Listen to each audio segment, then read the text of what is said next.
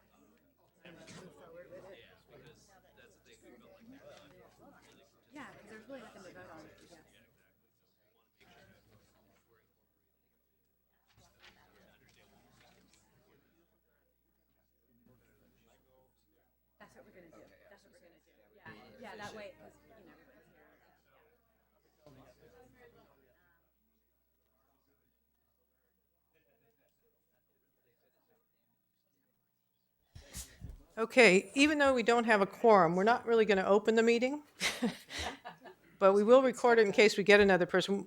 Captain Zamora is just going to do a couple announcements and maybe do a few little report outs of things she think might be of interest since you came all this way. And if we get a quorum, we'll vote on the meeting, the minutes and all. It'll obviously be a much abbreviated meeting. I'm sure that'll hurt all your feelings. But Captain Zamora, do you want to go ahead and fill us in on some things you think are important? Yes, absolutely. Thank you. Good evening, Madam Chair and members of the council.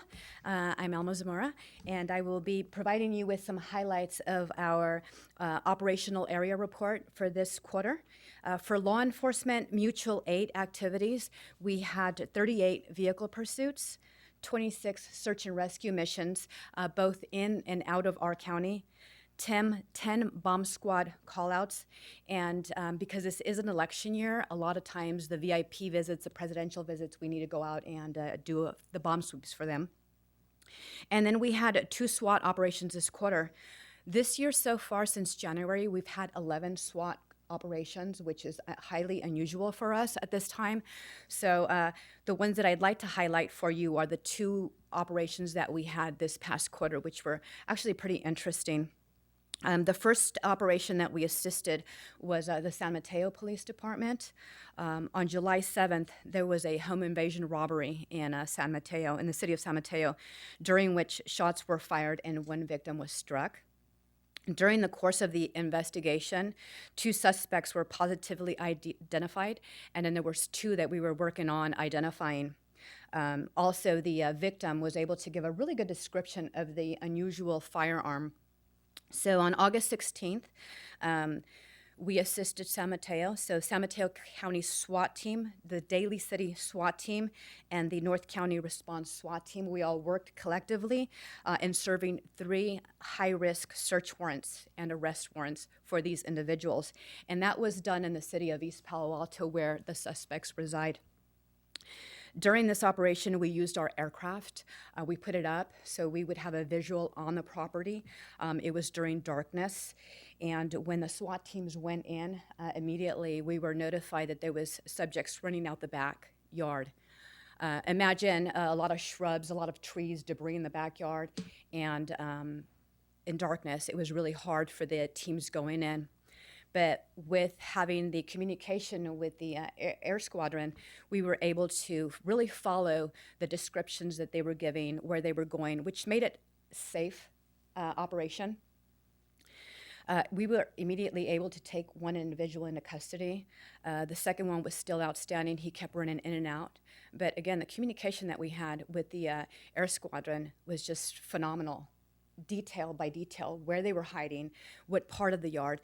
At one point, the person in the air squadron and the aircraft mentioned that there was a corner in the backyard where they believed the suspect was. So the team that was in the backyard searching says, "No, that's the doghouse. I believe it's the dog is what you're getting." So after a while, they went in there, and sure enough, the suspect was in the doghouse with the dog, and they took him into custody safely. And then they located in that immediate area, they were able to locate what we believe is the weapon that was used, because it was so unusual. So that was a great case, again, using our air asset and using multiple SWAT team members to work that collectively. The second SWAT operation was on August 31st, in which we were assisting San Jose Police Department. Over the past year and a half, San Jose Police Department has been working a burglary ring in San Jose that we believe also have ties to our county and multiple burglaries. The suspects were identified to having committed over 100 burglaries in San Jose, plus additional here in San Mateo County. The crew was dubbed the high-end crew. And again, these suspects were identified as living in East Palo Alto. So we assisted in serving 8 search warrants. They were in East Palo Alto, mostly, 1 in Palo Alto and 1 in Hayward. So this took multiple SWAT teams. So our Daly City SWAT team, Redwood City SWAT team, our North County Response SWAT team. We also had Sheriff's Office SWAT team, Santa Clara, San Jose SWAT team. So we all work collectively, again, using our air asset. We simultaneously served all of the search warrants at once. They were all safe operations, and we were able to take 7 out of 8 suspects into custody. So there was only one outstanding one that we believe was probably in the Hayward area. So again, it just goes to show, how our teams in this county work together to make sure that our communities are safe. Our SWAT teams in San Mateo County also participated in Urban Shield. This was the 10th year of Urban Shield, and we also hosted 7 scenario sites, and including 1 medical checkpoint. So Urban Shield has grown into a very comprehensive, full-scale regional preparedness exercise assessing the overall Bay Area region's response capabilities. The overarching goals of Urban Shield include striving for the capability to present a multi-layered training exercise to enhance the skills and abilities of regional first responders, as well as those responsible for coordinating and managing large-scale events. Urban Shield is implemented to identify and stretch regional resources to their limits. 48 hours, no sleep, and these SWAT teams are going in there just to stretch their limits to see how much they could do while expanding regional collaboration and building positive relationships. In addition, this exercise provides increased local business and critical infrastructure collaboration. Urban Shield challenges the skills, the knowledge, the abilities of all who participate. It not only improves regional disaster response capabilities, but provides a platform for national and international first responders. So it was a great event, 2 days without sleep, where these SWAT teams go to the multiple scenarios to test, again, their capabilities so that in the event of a critical situation, we are prepared. So it went well. For the fire mutual aid activities, we had 6 alarm calls this quarter. Hazmat response, there were 24 investigations, 1 call out, and we sent out 71 SMC alerts this quarter. And that concludes my report on the activities for this quarter. Any questions? Questions for Captain Zamora? Okay, seeing none. Can we move on to, would you like me to present, Thomas Myers is not here, but he did have an update that he wanted me to provide to you if you would like, or we can skip that, it's up to you. It would probably be helpful to know where we stand on that. Okay, well, not much has changed, but I'll give you a little bit of background.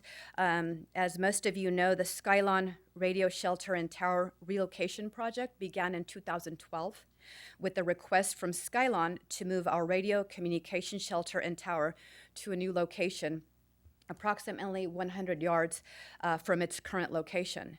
At that time, the county agreed that all of the shared relocation cost would be split equally between 3 site occupants, Verizon, AT&T, and the county.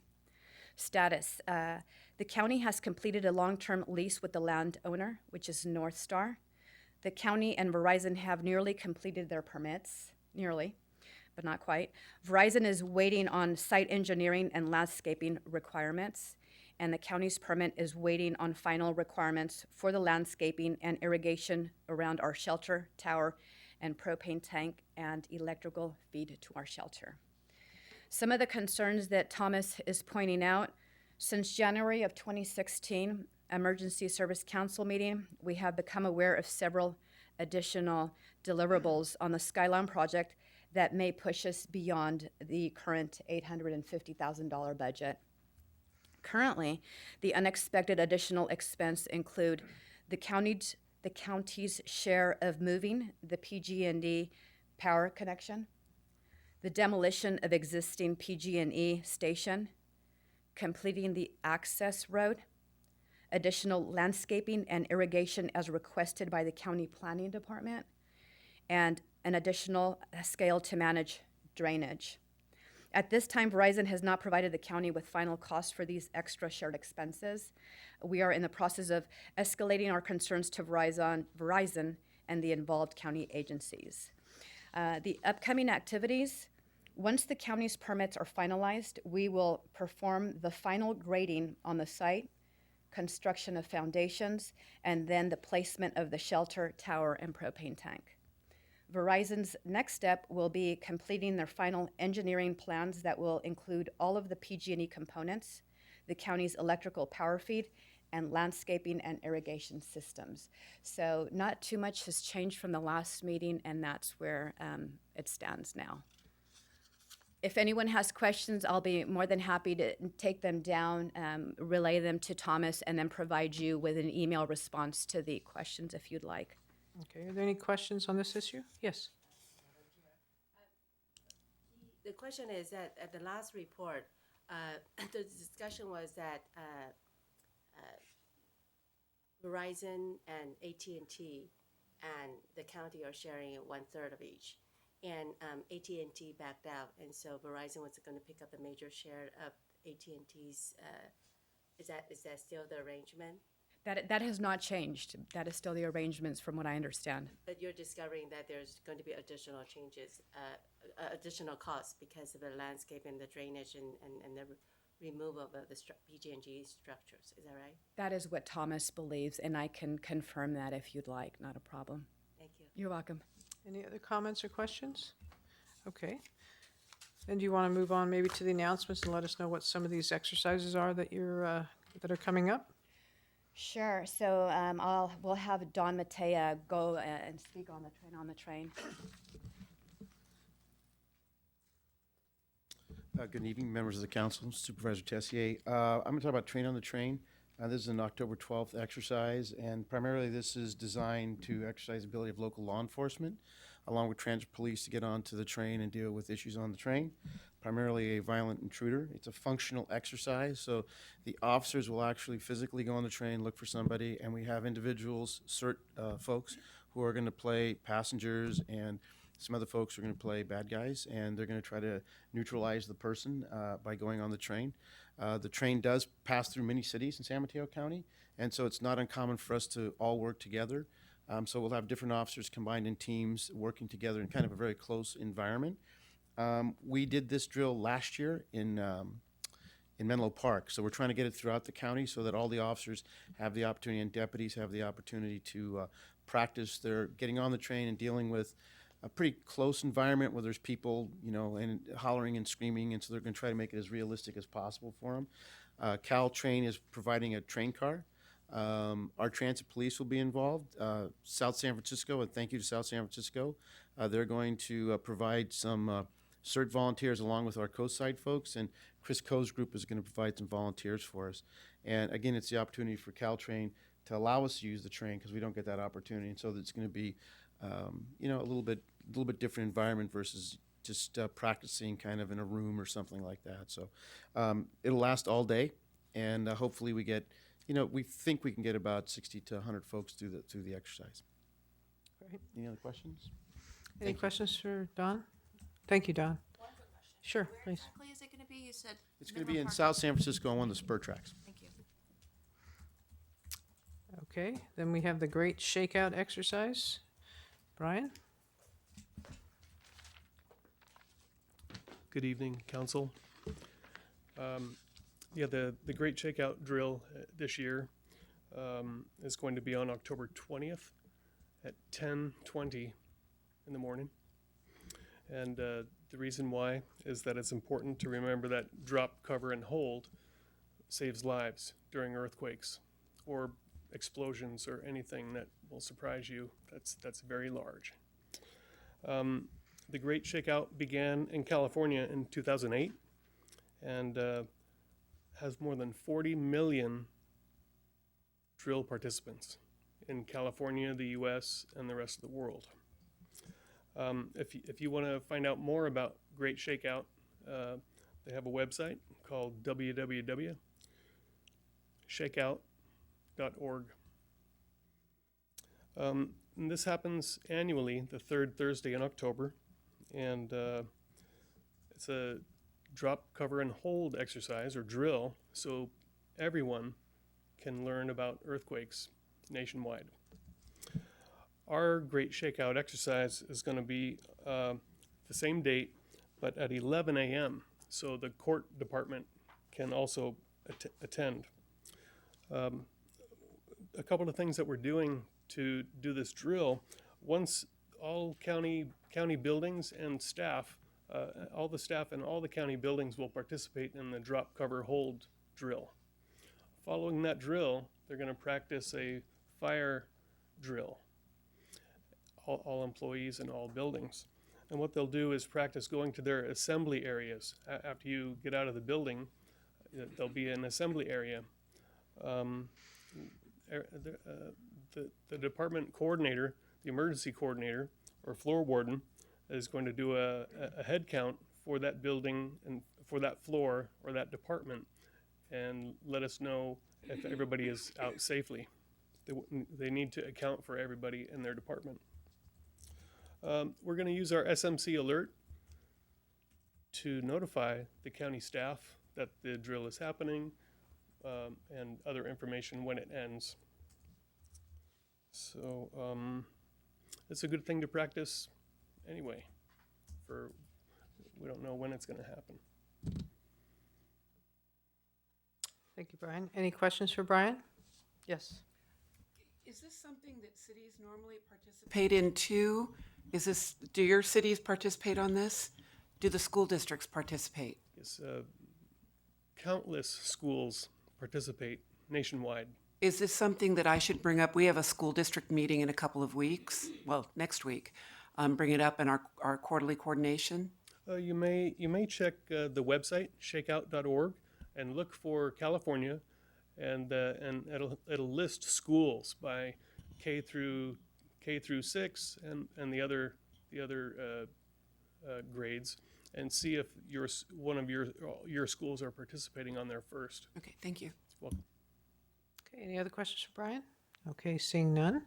Why don't we go ahead and finish with the announcements? We do have a quorum. Maybe I should do the roll call so we can be official. Thank you for showing up. Okay, why don't we go ahead and do the roll call? Atherton. Belmont. Present. Davina Hurt. Brisbane. Burlingame. Colma. Daly City.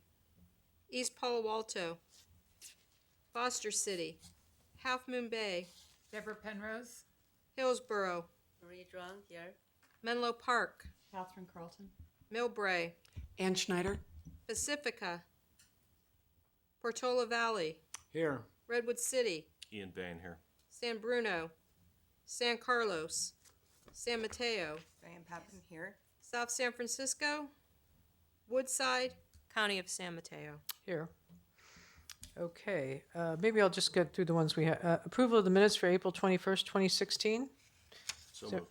We have a motion. Is there a second? Second. Motion is second. All in favor? Aye. Any opposed? Seeing none, the minutes are approved. Why don't we go ahead and finish up with the announcements, and then I don't know if we have a presentation on the hazardous mitigation plan, but why don't we go ahead and finish this category? Coalition for Safe Schools? Thank you, Madam Chair. Nancy McGee, the superintendent for the San Mateo County Office of Education, could not be here, so she asked me to brief out on her behalf.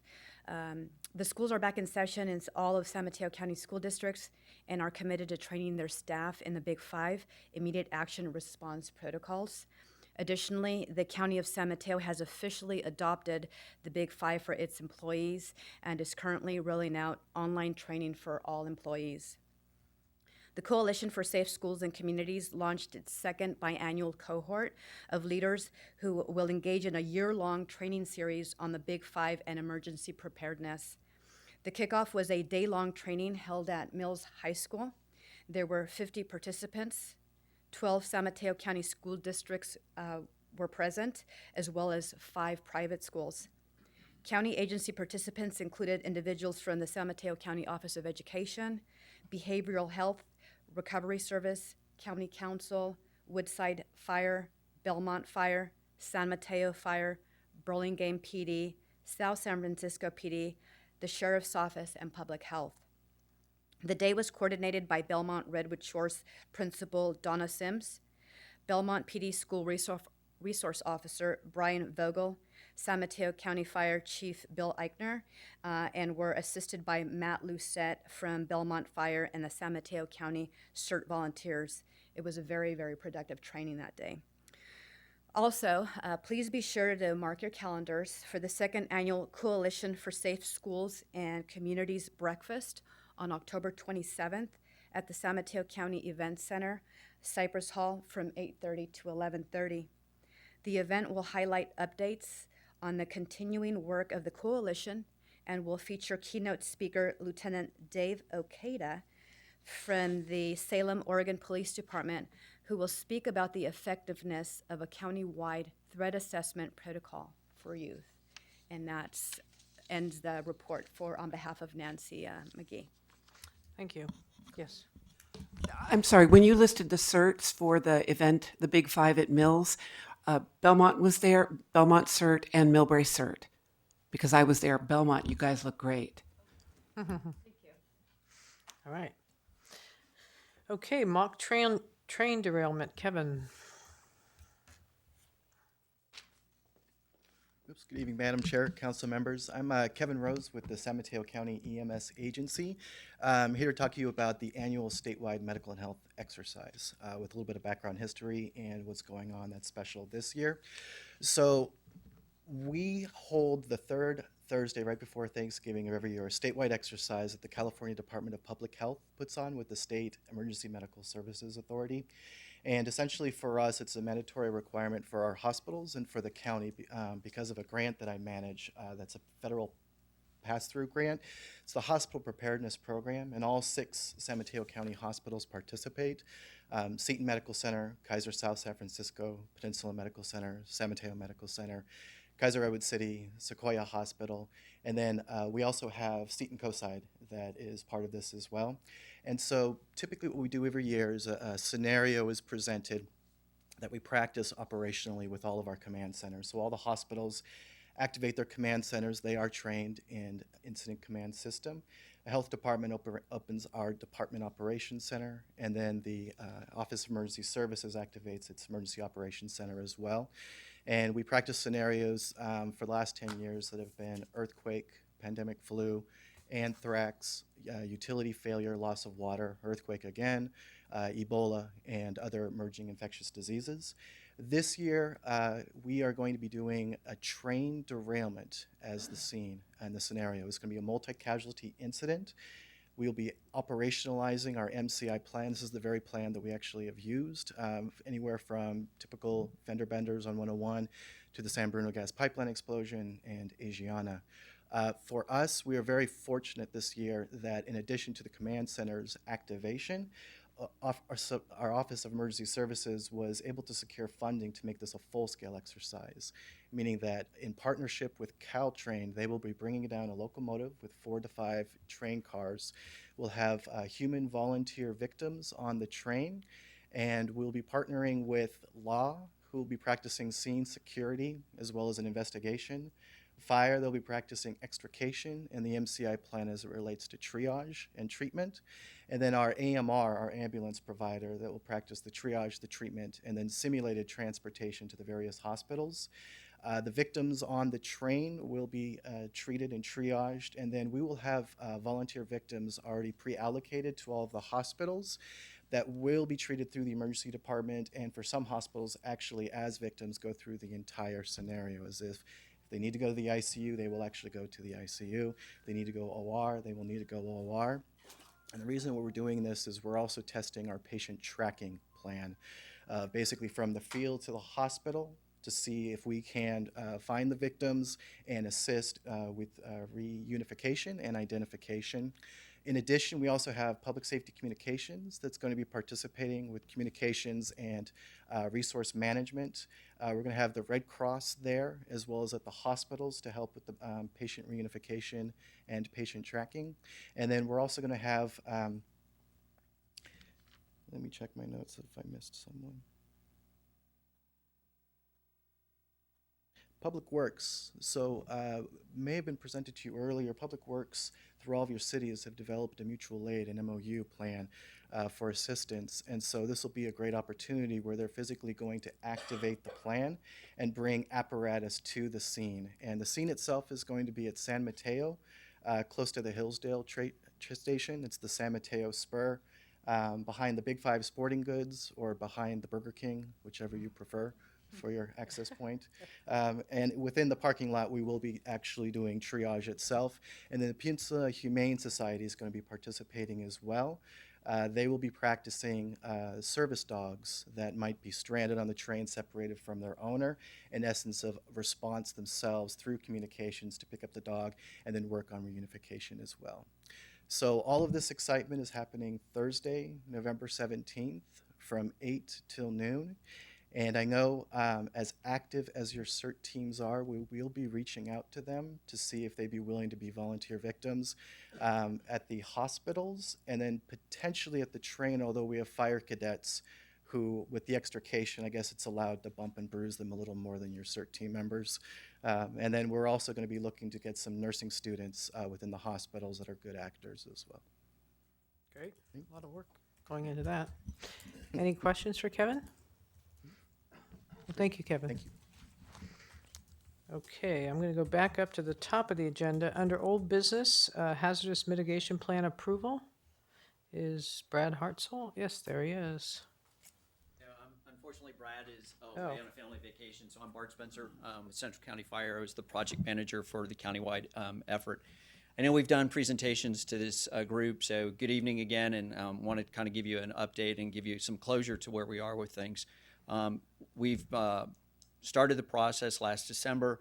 29 jurisdictions throughout San Mateo County have participated in a countywide effort, which is what FEMA really favors. We went through and identified hazards throughout the county as well as unique to your specific jurisdiction. Some of the school districts, the school districts, some of the water districts, some of the fire districts participated in this. We sent the plan to FEMA in July, early July. It was over a 1,000-page document. We received notification at the end of August that our plan had been approved, and I received the letter on September 1st. Since September 1st, more than half of the jurisdictions have adopted the plan.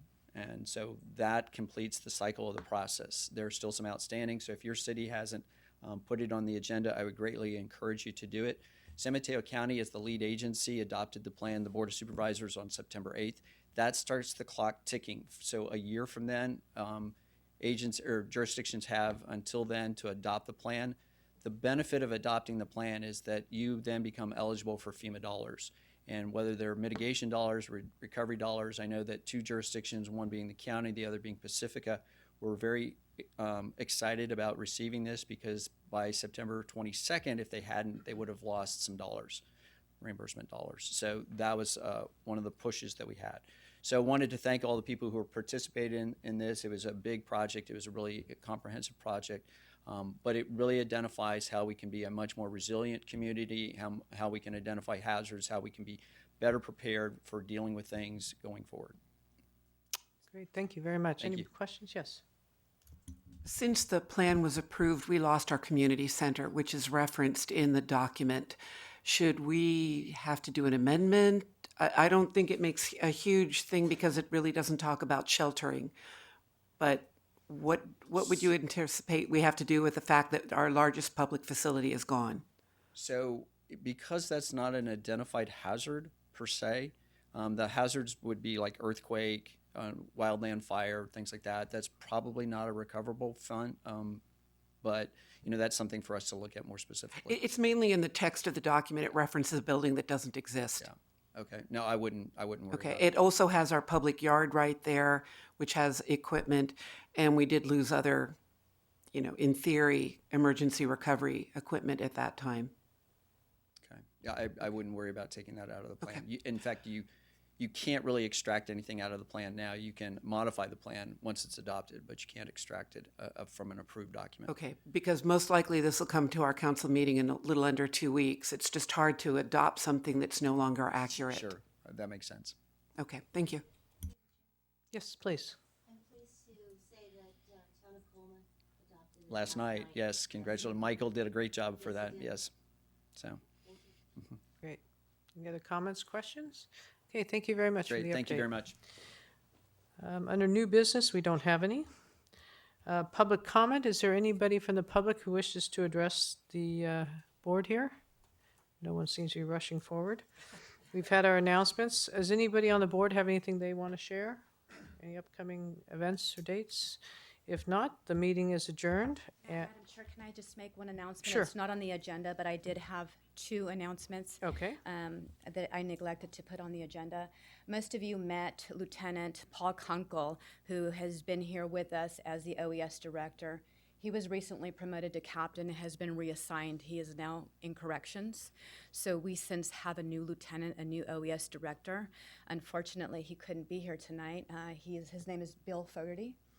Very enthusiastic, full of energy, a young man who I'm sure has already connected with many of you. He was working Urban Shield with many of us this weekend, so he asked for a couple days off so he could spend time with his little one. I gave him the day off, not realizing it was the ESC council meeting, and I wanted to introduce him, but he will be here for the next meeting, so we do have a new OES director. And then secondly, if I'm not mistaken, Supervisor Tissia, I believe this is your last meeting. Yes, it is. It is. So I know we're all going to miss you. And on behalf of Homeland Security, Office of Emergency Services, we want to thank you for your outstanding leadership, your support on all of our efforts, and everything that you have done for us. We're truly going to miss you. So I believe we have a little something for you. That's